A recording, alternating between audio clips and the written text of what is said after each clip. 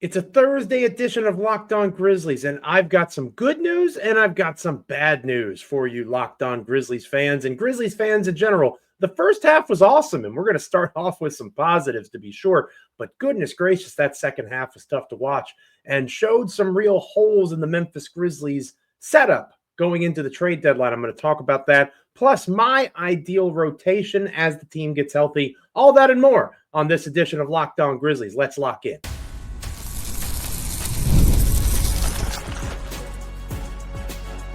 You are Locked On Grizzlies, your daily Memphis Grizzlies podcast, part of the Locked On Podcast Network, your team every day.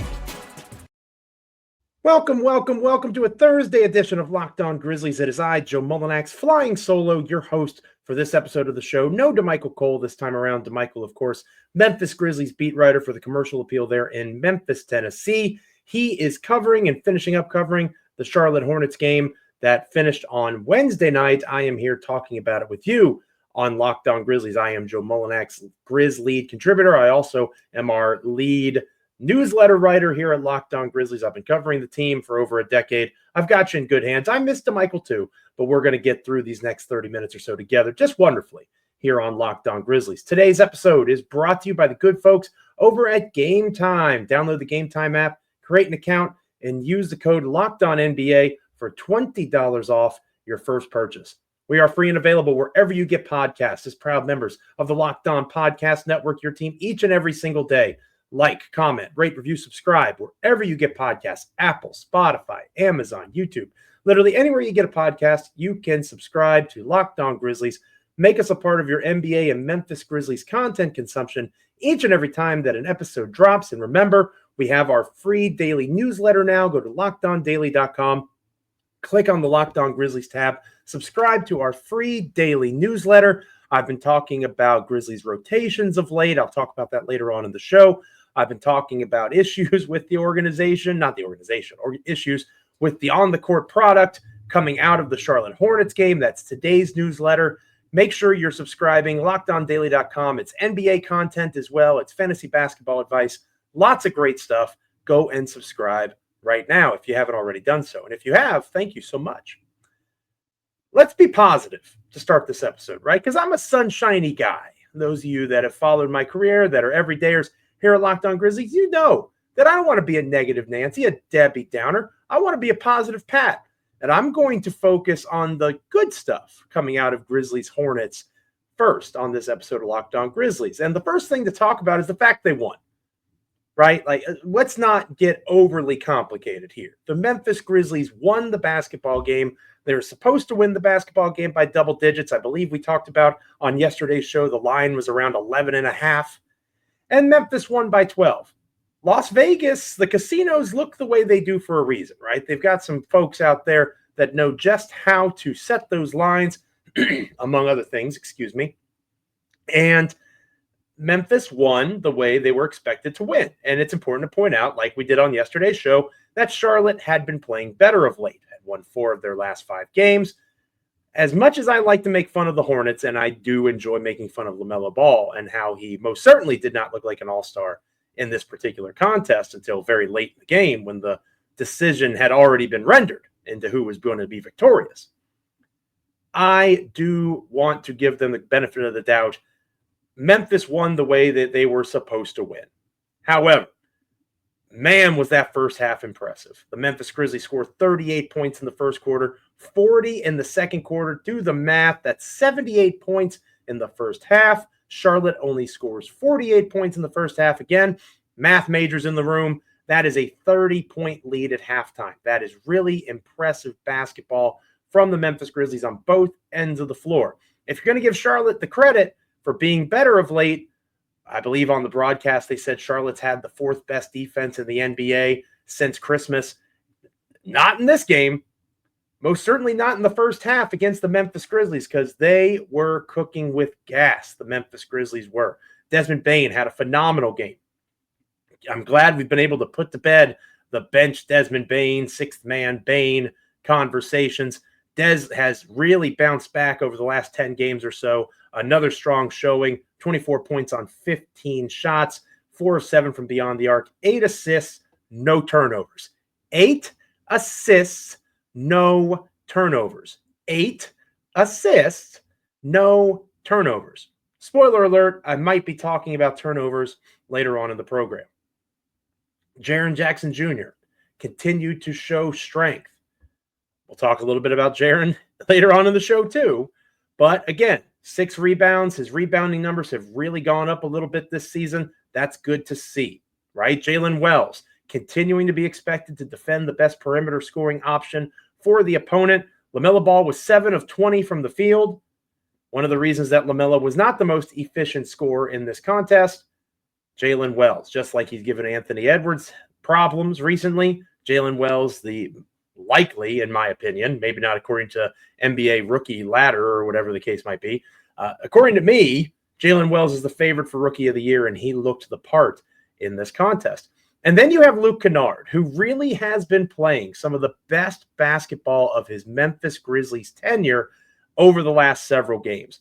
8 of 12 from the field for Luke in 26 minutes played, 7 of 11 from beyond the arc, 7 of 11. He was always open, just like the slurpy, delicious 7-Eleven.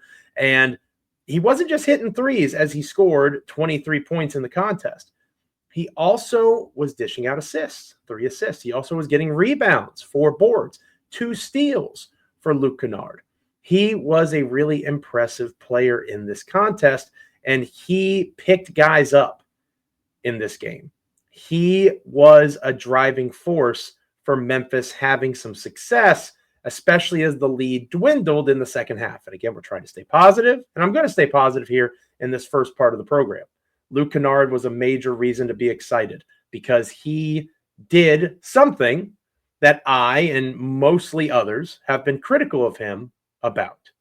He was able to shoot and hit contested threes. Now, the Charlotte Hornets are now 4-16 on the road, right? It's not like this team, even though, again, they have been playing better, they are clearly not in the same category as the Memphis Grizzlies, and they're clearly not in the same category as the Houston Rockets, more importantly, or the Los Angeles Clippers, or teams that Memphis will be dealing with in the Western Conference playoffs eventually, right? So we can't forget the problems that Luke has had in the past getting open against more physical defensive teams. But Luke has been a contributor to winning for Memphis during this current stretch. He really has been playing the best ball of his time as a member of the Memphis Grizzlies. Dorian Finney-Smith hasn't done much for the Los Angeles Lakers. If you haven't checked out his stat line, I highly recommend you do so over the last several games for DFS.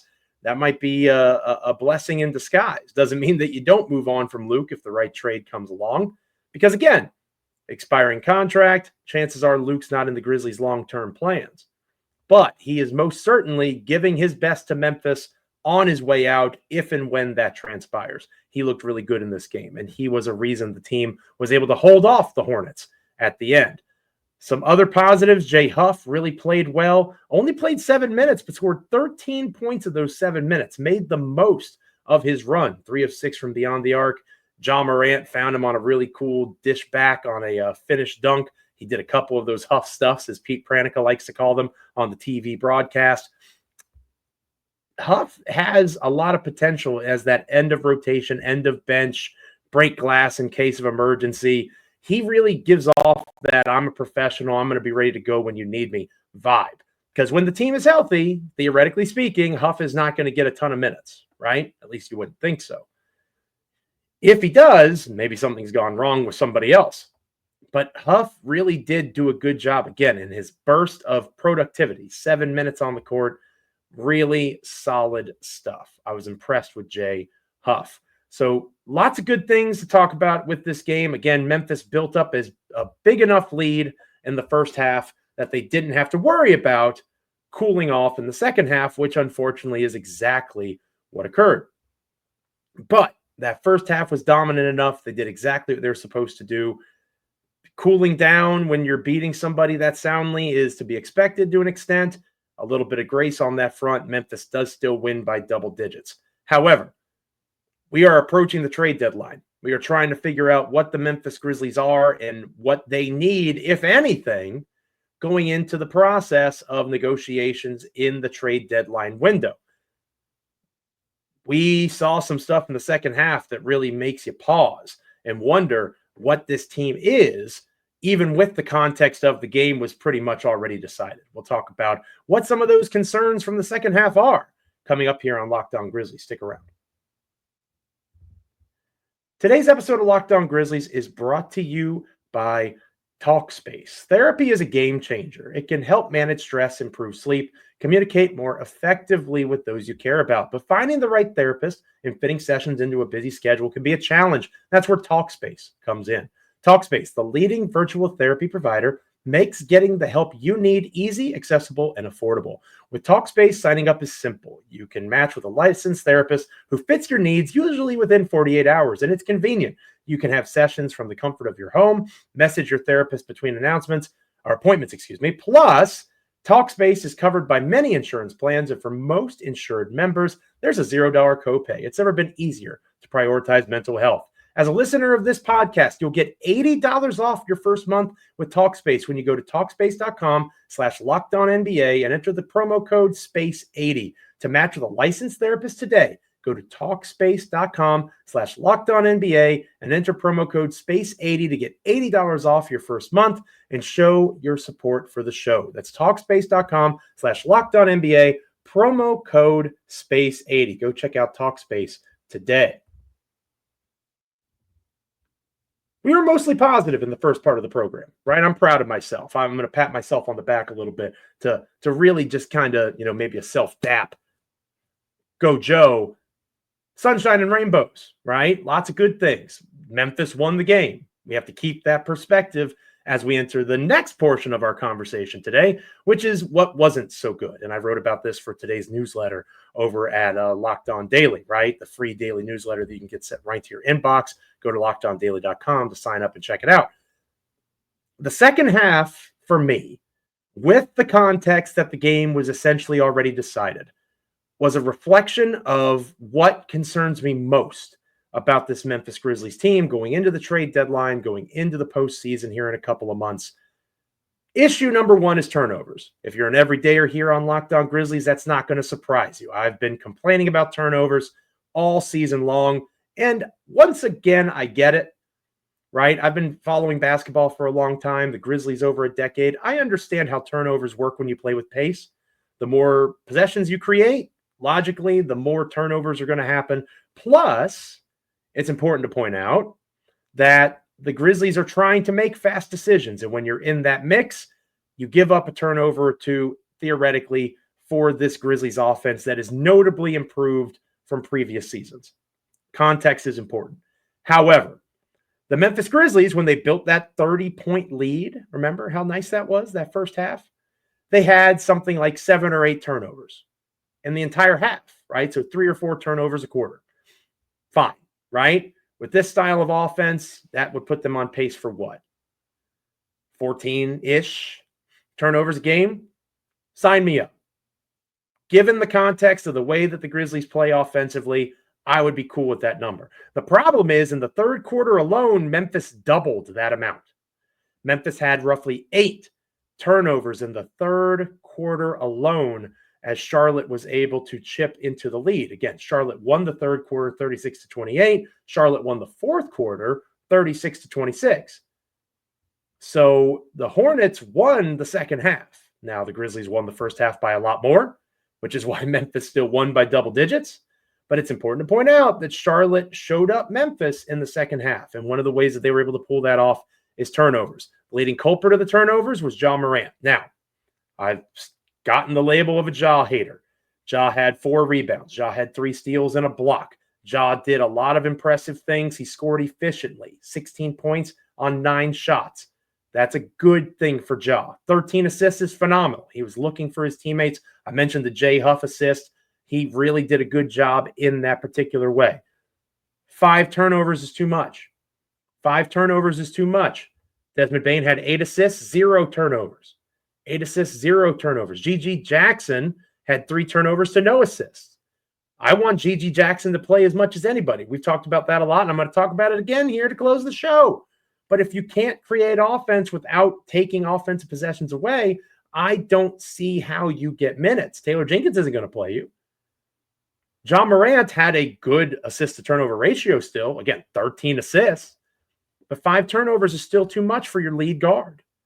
It's still too much.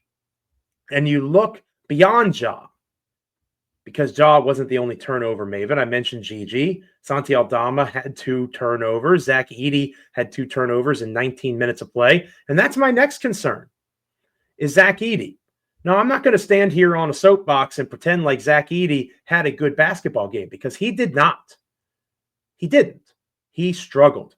But you know who else struggled? Every other Memphis Grizzlies big trying to defend a gentleman that DeMichael and I brought to your attention on yesterday's show. If you watched and listened, Mark Williams. Mark Williams is playing really well. The guy with the 9'11" standing reach can basically touch the rim just standing there. DeMichael brought that up. We talked about how Mark Williams had been playing better basketball. He had a career night against the Memphis Grizzlies. 38 points on 18 shots. Williams did not attempt a single three. 10 for 13 from the free throw line, 9 rebounds, 5 assists, 1 steal. No blocks. Mark Williams is not the elite defender just yet with that 9'11" standing reach. At least he wasn't in this contest. But he was sure as heck elite offensively for the Charlotte Hornets. And if only the Memphis Grizzlies had a 7'4", 290-pound guy that they could at least try to match wits with on that end or make things a little bit more difficult. And yet Zach Edey only played 19 minutes. He only played 7 minutes in the second half. He played 12 minutes in the first half. They were up by 30. 7 minutes in the second half. The team struggled a little bit more. He played less. Now, again, causation, correlation, there's not always a connection there. Edey did struggle. He was in foul trouble, 4 fouls in 19 minutes of play. But I'm going to say the same thing about Zach Edey that I said about Jaren Jackson Jr. all those years ago. Let him play. Jaren Jackson Jr. used to struggle with foul trouble, and Taylor Jenkins would pull him out. Let him foul out. Let him learn. How else is Edey going to get in a position to better defend using his verticality, not leaning into shooters, not having his body get knocked into the bodies of guys as they come into the paint, not reaching over and trying to block everything? How else is the guy going to get used to your style of offense? The way that Memphis plays offense and the spacing and all the things that they try to do with cuts and slashing, maybe Zach Edey's not designed for that. But Zach Edey is still a good basketball player. The numbers back that up. Zach Edey is one of your most efficient offensive scorers. Points per shot attempt according to Cleaning the Glass. Zach Edey does a tremendous job with that. Especially considering the fact he's a rookie. He may not be the rookie of the year. That's probably Jalen Wells, or at least it should be Jalen Wells. But you know what he is? He's a first-team all-rookie player. Zach Edey's numbers back that up. His impact backs that up. Zach Edey is one of your best players in terms of helping you win basketball games. He's not the best player. He's one of the best. And he's 7'4", 290 pounds. How he only plays 19 minutes, how he is not utilized more effectively, how he's not prioritized is something that confuses me. And I'm not talking about throwing him the ball on the post every possession. It's not Purdue, I get it. But utilizing him more, it seems like the coaching staff doesn't know how to at this time, or they don't care to know how to. Maybe that's more like it. And then the final thing that concerns me has been an issue the last couple of years, and that's the fouls, right? Not just Edey, not just Jaren Jackson Jr. The Grizzlies as a whole foul entirely too much. Jalen Wells gets the tough defensive assignments. He had 5 fouls in 26 minutes of play. We talked about Brandon Clark a little bit earlier, doing some good things. 5 fouls in 22 minutes of play. He really struggled with Mark Williams and other Hornets players. Scottie Pippen Jr. So 0 for 5 from the field. Let's ignore that, right? He had 4 assists. I'll give him credit for that. 4 fouls in 16 minutes. Too much reaching, not enough moving your feet, not enough putting yourself in a position to defend without fouling. Because what that does for a Grizzlies offense that is predicated on rhythm and pace, it slows down the game. It allows the Hornets to chip into a lead. And the problem with that is eventually the Grizzlies are going to play teams that are better than the Charlotte Hornets. And when that happens, instead of chipping into leads, it might be building leads. It might be giving teams opportunities with clocks stopped to really slow and muddy up the game in a way that Memphis doesn't want it to happen. The fouls have to be cleaned up.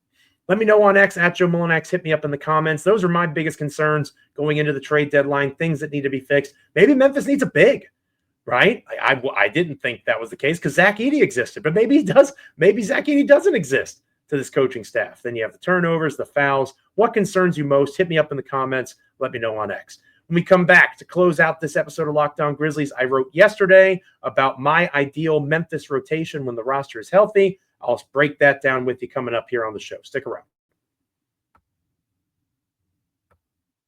Today's episode of Locked On Grizzlies is brought to you by Gametime. I love going to Gametime events, sports, music, or live events, sports, music, theater, comedy. It's one of my favorite things to do. WrestleMania 40 I talk about all the time. My favorite live event I've ever gone to. The energy, the excitement, they're unforgettable. Now, Gametime has made it even easier to get tickets to your favorite events with their new feature, Gametime Picks. This feature filters out the fluff to show you only the incredible deals on great seats so you don't have to waste time searching through thousands of tickets.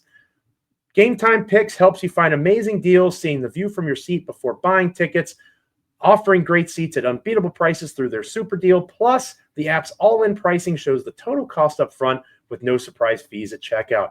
Take the guesswork out of buying tickets with Gametime. Download the Gametime app, create an account, and use the code LOCKEDONNBA for $20 off your first purchase. Terms apply. Again, create an account. Redeem the code LOCKEDONNBA for $20 off. Download Gametime today. What time is it? Gametime.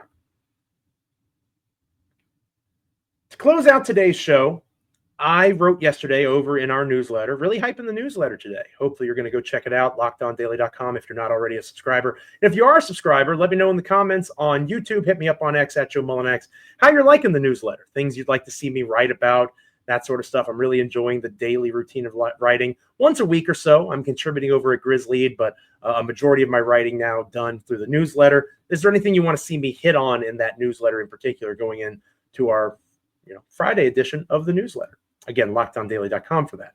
I wrote about my ideal rotation once the team is healthy. And again, knocking on all of the wood that exists. Will the team ever be healthy? That's a fair question. Here's my shot at it. Okay, so let's assume the team's healthy for this exercise. I've got my starters as Ja Morant, Desmond Bane, Jalen Wells, Jaren Jackson Jr., Zach Edey. The same exact group that started against the Hornets would be my starting unit. I think you reward the rookies. They're playing really well. Again, they're both likely first-team all-rookie members.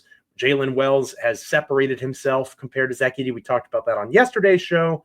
I think Wells is, in my opinion, pretty clearly the rookie of the year. But even if they want to give it to Sarr, Castle, one of these guys on one of these lesser teams or not as good teams, at least this year, I think Jalen Wells is comfortable being a first-team all-rookie team member and playing in the playoffs where those two guys probably won't be, especially Sarr, right? So I am comfortable with starting those guys. I've got them at 25 minutes a game, which is in fairness to Taylor Jenkins, who I just got a little bit mad at earlier in the show. 6-minute difference between, or 8-minute difference, roughly, between what Edey did. 6 to 8 minutes, it's 6. I'm not a math major, relax. 6-minute difference between what Edey did against the Hornets and what I'm suggesting. But those 6 minutes can make a major difference, right? They can really be impactful in terms of what Edey can do, both offensively and defensively. And if you're only going to play him 25 minutes a game, who cares if he fouls out? Let him learn. Give him a chance to play. That would be my focus. I have Wells playing 25 minutes a game. He played 26 against the Hornets. I've got Ja and Dez at 32 minutes a game, and I've got Jaren at 34 minutes a game. That's roughly what happened against the Hornets, right? It's almost like Taylor Jenkins is a listener to Locked On Grizzlies. Thanks for listening. Jaren only got 30 minutes of play, right? 30 minutes, but Ja played 32 and Dez played 34. So roughly in the ballpark, right? So Edey is really the only major difference in terms of what my vision for the rotation starters-wise, minutes distribution-wise is, and what Taylor Jenkins did against the Hornets. Here's what I want to see from the reserves. I want Santi Aldama to play 22 minutes a game. Santi logged 19 minutes against the Hornets. I want Brandon Clark to play 20 minutes a game. Brandon played 22. Again, we're in the ballpark here.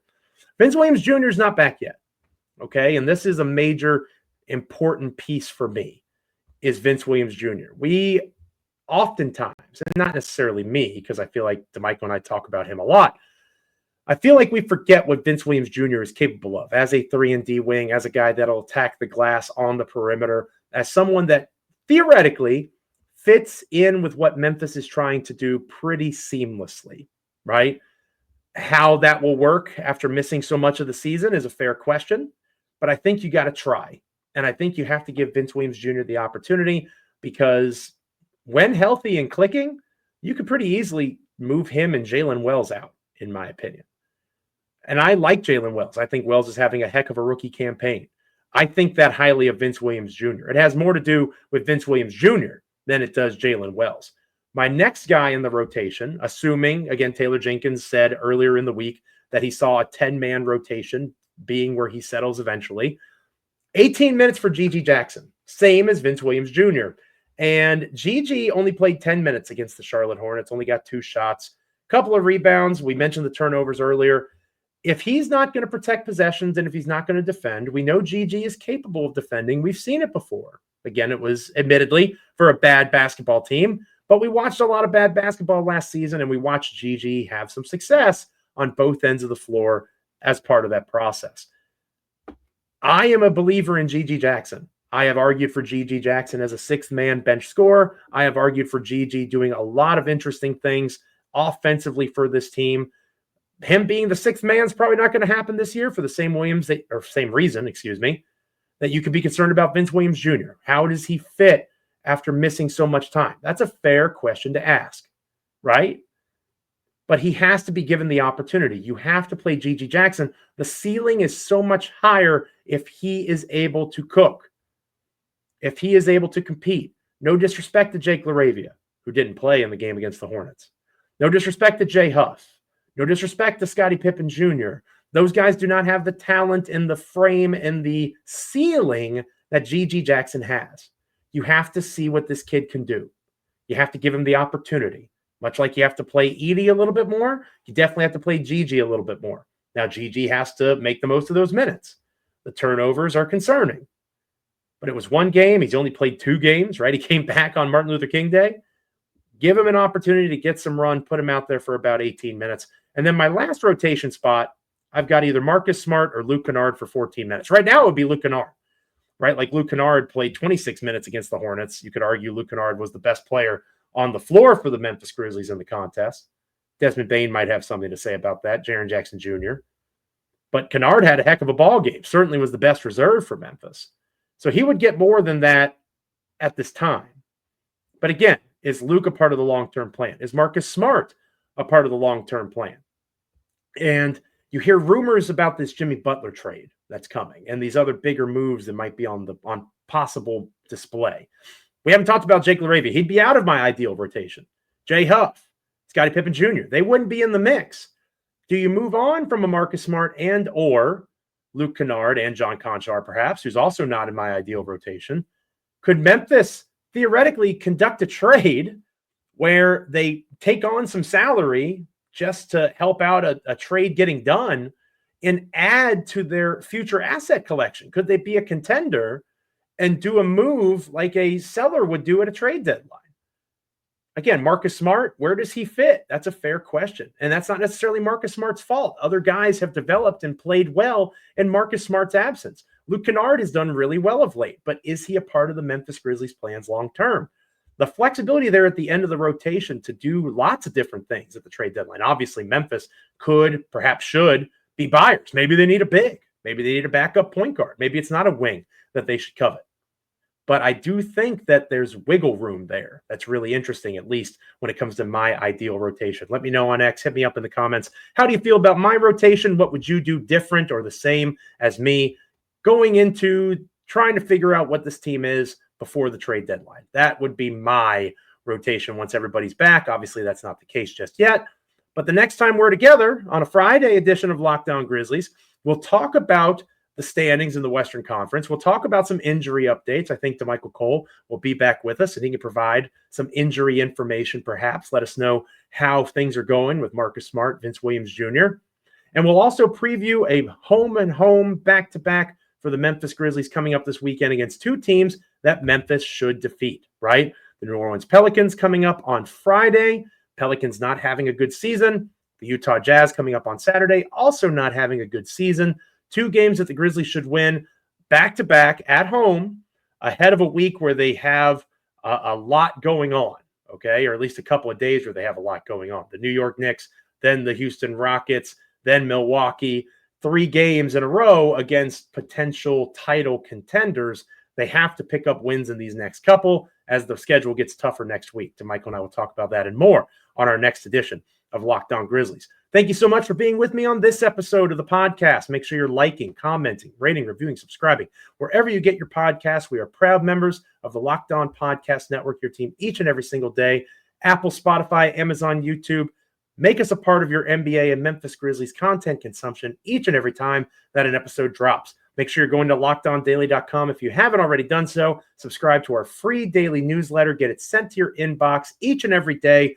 My words on the Memphis Grizzlies just about every day. There's a newsletter. You will get words from me. You'll also get NBA content at large. You'll get fantasy basketball advice. Again, LockedOnDaily.com. Get our Locked On Grizzlies free daily newsletter. Thank you so much for being with me. I'm Joe Mullinax. I will see you tomorrow alongside DeMichael Cole.